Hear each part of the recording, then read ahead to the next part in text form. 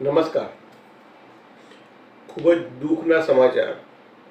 Last 2 દિવસની અંદર 3 યુવાન છોકરાઓ, અમદાવાદની 2 ઘટના અને સુરતની 1 ઘટના, ખૂબ જ દિલમાં લાગી જાય એવા ઇન્સિડન્ટ થયા છે.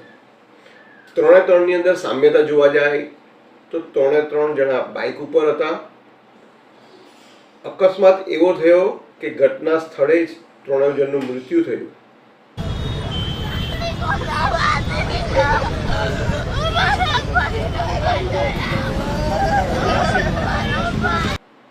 અમદાવાદના એસવી હાઈવે ઉપર એક કથિન કરીને યુવાન કે જેઓ ગાંધીનગરમાં રહેતા હતા, એવો સ્થળ પર જ ગુજરી ગયા. સુરતની અંદર ઉધના મગદલના રોડ ઉપર 18 વર્ષના યુવાન પ્રિન્સ પટેલ, એવો એક્સિડન્ટ થયો કે સ્થળ પર ગુજરી ગયા. માથું અને ધડ બંને અલગ થઈ ગયા. એમણે હેલ્મેટ પહેર્યો ન હતો. ત્રીજા એવા વ્યક્તિ યુવાન પાર્થ કે જેઓ ગુજરાત યુનિવર્સિટી BMW બાઇક ઉપર જતા હતા અને રેલિંગ સાથે બાઇક અથડાતા ત્યાં જ એમનું મૃત્યુ થયું.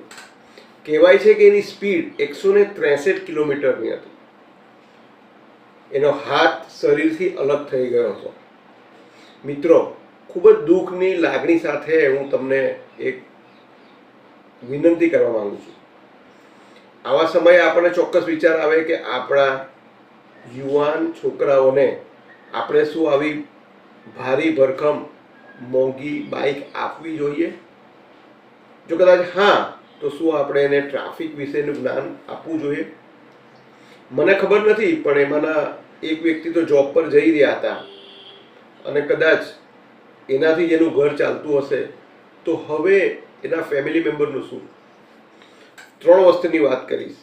પહેલો ક્વેશ્ચન, શું તમને લાગે છે કે આજના યુવાનોને બાઇક, આવી હેવી બાઇક આપવાની જરૂર છે? બીજી વાત કે બાઇક આપ્યા પછી ટ્રાફિક નિયમોનું એને જાણકારી પૂરેપૂરી આપવી જરૂરી છે. અને ત્રીજું, જો આ બંને વસ્તુ આપ્યું હોય તો એણે હેલ્મેટ પહેર્યો હતો કે નહીં પહેર્યો હતો, અથવા હેલ્મેટની શું જરૂરત હતી એ તમે કહી શકશો? આ 3માં એક બીજી વાત ખૂબ જ મહત્વની છે. 3માંથી મને ખબર નથી કે કોઈકે પણ ટર્મ ઇન્સ્યોરન્સ લીધો હોય.